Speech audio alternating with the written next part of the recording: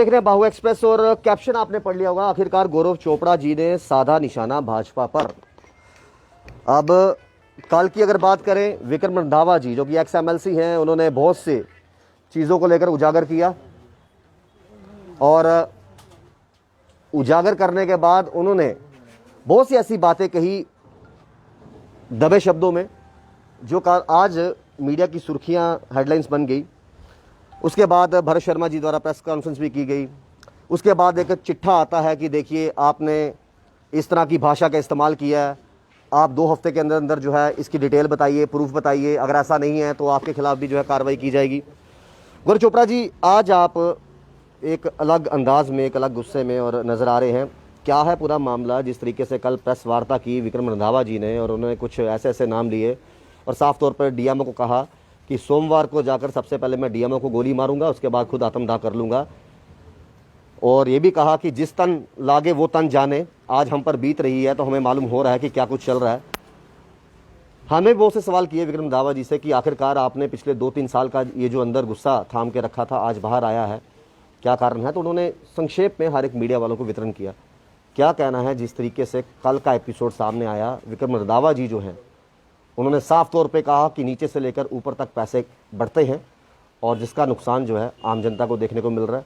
आज खुद पर बीती है तो जख्म और भी गहरे नजर आ रहे हैं। राहुल जी, जय श्री राम, धन्यवाद। सबसे पहले मैं आपका धन्यवाद करता हूं कि इस महामारी के समय आप घर घर पे न्यूज़ पहुंचाने का काम कर रहे हैं। मैं आपके चैनल का और तमाम मीडिया के अधिकारियों का धन्यवाद करता हूं और स्वागत करता हूं। जिस प्रकार भाजपा के पूर्व एमएलसी विक्रम रंधावा जी ने अपनी ही पार्टी के खिलाफ आरोप लगाए, उससे साफ साबित होता है कि कांग्रेस पार्टी जो पिछले कितने वर्षों से 2014 के बाद ही ये कहना शुरू कर दिया था कि भारतीय जनता पार्टी जो है वो करप्शन का अड्डा है। और खासकर कि डॉक्टर जितेंद्र सिंह के ऊपर जितने आरोप लगे, चाहे वो एक्साइज पॉलिसी को लागू करने के आरोप लगे, चाहे वो माइनिंग माफिया के आरोप लगे, बीएसएफ सीआईएसएफ के बच्चों के ऊपर बच्चों ने जिस प्रकार उनके खिलाफ आरोप लगाए, साबित होता है कि विक्रम रंधावा जी के आरोपों के बाद साबित होता है कि डॉक्टर जितेंद्र सिंह जो हैं जम्मू की दलाली खा रहे हैं। उन्हीं के पूर्व एमएलसी ने जब ये बात साबित कर दी और मीडिया के सामने ये बात कही, तो उससे साफ तौर पे देखने को मिलता है कि डॉक्टर जितेंद्र सिंह का 370 तोड़ने का मकसद क्या था। गौरव जी, आपसे एक सवाल रहेगा और सीधा सवाल रहेगा, अगर मान लीजिए मैं एक आम व्यक्ति हूं, पत्रकार नहीं हूं, आप पे कोई आरोप लगाता हूं, अगर आप उस आरोपों को खारिज करते हो तो शायद आप उसका प्रतिक्रिया का जवाब भी नहीं देंगे। कल जिस तरीके से विक्रम रंधावा जी की प्रेस वार्ता हुई, उसके बाद 3 बजे के आसपास भरत शर्मा जी का जवाब आना, तो ये जो बौखलाहट दिख रही है, क्या लगता है दाल में कुछ काला है? भरत शर्मा जी का बयान आना मायने नहीं रखता। भरत शर्मा जी अपनी नौकरी बचाना चाहते हैं। मायने रखता है डॉक्टर जितेंद्र सिंह का बयान आना, जिनके ऊपर ये गंभीर आरोप लगे हैं, जिनके ऊपर जम्मू को ऑक्शन करने का आरोप लगा है। डॉक्टर जितेंद्र सिंह जी, हम आपसे पूछना चाहते हैं आपके चैनल के माध्यम से कि आप ही के पूर्व से जो अभी तक आपकी पार्टी में हैं, उन्होंने एक जिम्मेवारी के साथ आपके ऊपर ये आरोप लगाए हैं और उन्होंने कहा कि मेरे पास पूरे प्रूफ पड़े हैं कि डॉक्टर जितेंद्र सिंह जी ने जम्मू शहर का ऑक्शन कर दिया है। तो हम आपके चैनल के माध्यम से डॉक्टर जितेंद्र सिंह को यह पूछना चाहते हैं कि डॉक्टर साहब, आप बताएं कि पीएमओ में बैठकर कौन कौन से और मंत्री जो हैं जम्मू की दलाली का पैसा खा रहे हैं। डीएमओ अंकुर सचदेवा की बात करें, उनको लेकर भी उन्होंने साफ तौर पर यह जाहिर किया है कि देखिए इस मामले पर डीएमओ जो अंकुर सचदेवा है, उसका अहम रोल है। और हमारे चैनल के एक रिपोर्टर ने उनसे बात करने की कोशिश भी की अंकुर सचदेवा से। उनका साफ तौर पर कहना है कि ये जो माफिया काफ़ी देर से चल रहा है, आज इन पर गाज गिरी है तो ये प्रेस वार्ता कर रहे हैं। जो चीज़ें हमने बाहर निकाली हैं ये हम वापस नहीं लेंगे, जिसको जो करना होगा, जो उखाड़ना होगा उखाड़ लेना। और वहीं पर विक्रम रंधावा जी का कहना कि सोमवार को हम न्यू प्लाट ऑफिस में जाएंगे डीएमओ सचदेवा के और पहले उनको आग लगाएंगे फिर खुद जलेंगे। देखिए राहुल जी, विक्रम रंधावा जी मुझे लगता है एक बड़े सीनियर लीडर हैं और एक नेशनल पार्टी के जो आज हुकूमत कर रही है पूरे हिंदुस्तान में, उसके एमएलसी रहे हैं। अगर उन्होंने कोई आरोप लगाए तो सोच समझ के लगाए होंगे। साफ तौर पे जम्मू शहर को देखने को मिलता है। आप भी जम्मू शहर के एक अच्छे पत्रकार हैं। आपने भी जब अपना मकान बनाया होगा आज से 10 साल पहले या 6 साल पहले, तो वही 1100 रुपये की या 1200 की या 1000 की रेत या बजरी की ट्राली ली होगी।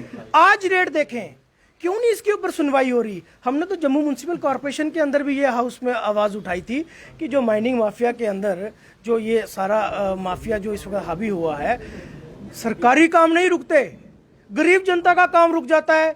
ट्राली कभी पुलिस वाले रोक लेते हैं और अगर आती है तो वो 8000 की उनको घर पे पहुंचती है। एक गरीब व्यक्ति जिसने लोन लेकर, कर्ज लेकर, कमेटियां लेकर अपना घर बनाना है, वो कहां से 5000 8000 की रेत और ट्राली अपने घर पे पूरी करेगा? कब उसका कमरा बनेगा? साफ तौर, मैं आपको बता दूं, साफ तौर पे देखने को मिलता है। और जहां तक वो अंकुर सचदेवा जी की बात रही, जो वो अपने आप को डिफेंस कर रहे हैं, उनको मालूम है कि उनके पीछे किसका हाथ है। और जब अंकुर सचदेवा जी एक्सपोज हुए तो उनके साथ साथ डॉक्टर जितेंद्र सिंह जी भी एक्सपोज हुए। तो साफ तौर पे देखने को मिलता है। जी रहेगा। आज आपने प्रेस वार्ता भी की, मीडिया से रूबरू हो रहे हैं। कल योगेश सानी जी, कांग्रेस के बड़े लीडर, उन्होंने भी प्रतिक्रिया बताई। रमन भल्ला जी भी कुछ चैनलों में अपनी प्रतिक्रिया बताते नजर आए। लोग सवालिया निशान तो आप पर भी खड़ा करेंगे कि अगर ये तमाम चीजें हो रही थी तो क्या कांग्रेस को अब मुद्दा मिल गया इस चीज को हवा देने के लिए कि एक भाजपा के नेता ने, पूर्व एमएलसी ने भाजपा के ही पीएमओ पर निशाना साधा है, और कांग्रेस पहले चुप्पी साध के क्यों बैठी थी? अब कल से जो ये कुछ उथल पुथल देखने को मिल रही है, अब कांग्रेस की आवाज जो है हर नेता धीरे धीरे उठा रहा है कि देखिए जी, हम तो पहले कहते थे भाजपा ऐसी है, हम तो पहले कहते थे ऐसी है। सवालिया निशान तो अब भी खड़े होंगे। क्या कांग्रेस मुद्दों का वेट करती है, घटनाएं घट जाएं उसके बाद हम उस मुद्दे को उजागर करें? देखिए राहुल जी, जहाँ तक मेरी नॉलेज है, मुझे तो लगता है कि कांग्रेस पार्टी ने डे बाय डे ये मुद्दों को उजागर किया। और साफ तौर पे देखने को मिलता है कि जम्मू म्यूनसिपल कॉरपोरेशन के अंदर एक जिम्मेवार कॉरपोरेटर होने के नाते आप समझ सकते हैं, और आपको देखने को भी मिला होगा कि हमने इन तमाम मुद्दों के खिलाफ प्रोटेस्ट भी किया, प्रेस कॉन्फ्रेंस भी की, और जहां तक हमारे सीनियर लीडर्स की बात रही, उन्होंने भी टाइम टाइम पे इन मुद्दों को उठाया। ऐसा नहीं है कि कांग्रेस पार्टी इसी मुद्दे का वेट कर रही थी। अगर आज हमारे लीडर्स बोल रहे हैं तो वो अपनी बात को सच साबित कर रहे हैं, क्योंकि जब तक प्रूफ नहीं मिलता तो आज जो दिखता है वो बिकता है। तो जिस प्रकार विक्रम रंधावा जी ने अपनी पार्टी के ऊपर आरोप लगाए, उससे साबित हो गया कि भाजपा जो है वो भ्रष्टाचार का अड्डा बन चुकी है। साफ तौर पे देखने को मिलता है। और हमें तो शक है कि क्या 370 डॉक्टर जितेंद्र सिंह जी आपने इसलिए तोड़ा कि जम्मू के अंदर तमाम उन हिस्सों में आप अपने लोग बिठाएं और जम्मू की दलाली खाएं? आपको लगता है गौरव जी, एक आखिरी सवाल आपसे पूछूंगा कि कल का जो भी एपिसोड हुआ, एक आप नेता नहीं हो, थोड़ी देर के लिए भूल जाइए, एक आम व्यक्ति होने के नाते कल का जो एपिसोड हुआ, आपको क्या लगता है कौन सही और कौन गलत? आज आके नुकसान किसका और फायदा किसका? देखिए, नुकसान तो आम जनता का ही है, उस गरीब व्यक्ति का ही है जो पिछले कितने वर्षों से कहता आ रहा है कि जनाब हमारी रेता ट्राली का कुछ करें, हमारा मकान नहीं बन रहा। कभी कोरोना आ जाता है, कभी 370 टूट जाता है, कभी कुछ हो जाता है। तो एक व्यक्ति ने जब अपना एक कमरा बनाना है तो जिसको मालूम था कि जिसकी कैलकुलेशन थी, एक बजट था जिसका कि इतने में मेरा मकान जो है वो बन जाएगा, जब आप रेट बढ़ा देते हैं और इसके ऊपर जो पाबंदियाँ लगी गई थी उसको अभी तक आपने हटाया नहीं। साफ तौर पे देखने को मिलता है कि गरीब जनता, जम्मू के बोले भाले डोगरे जो हैं वो इसमें पिस रहे हैं। क्या इन लोगों का ये कसूर था कि इन्होंने भारतीय जनता पार्टी को वोट किया?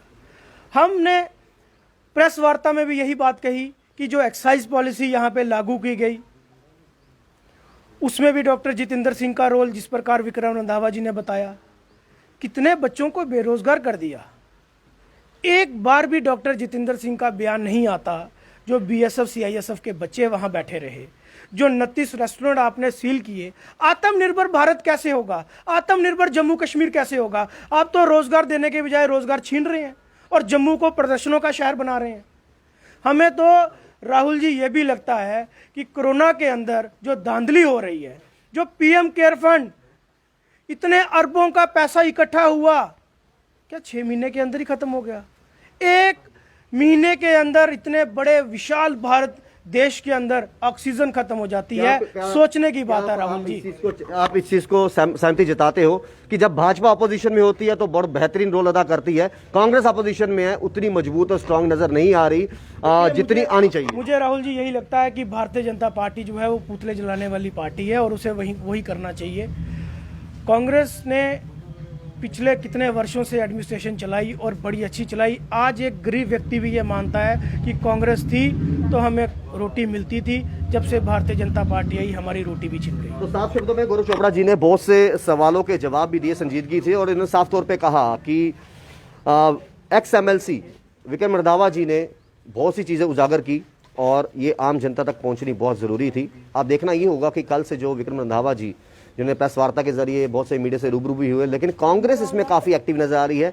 योगेश सानी जी का कल बयान आना, रमन भल्ला जी कुछ चैनलों में इंटरव्यू देते नजर आए, और उसके बाद अभी गौरव चोपड़ा जी कुछ देर बाद दोबारा से कांग्रेस ऑफिस के बाहर जो है वो प्रदर्शन किया जाएगा, और जाहिर सी बात लग रही है कि शायद इसी मुद्दे को लेकर हो। इस मुद्दे को लेकर जो भी अपडेट्स होंगी हम आप तक पहुंचाएंगे, और अपनी राय जो है कमेंट बॉक्स में जरूर रखिए, क्योंकि आपकी राय हमारे लिए सर्वोपरि है। जुड़े बस के साथ श्याम जी साहब, राहुल खत्री, पाहो एक्सेस के लिए।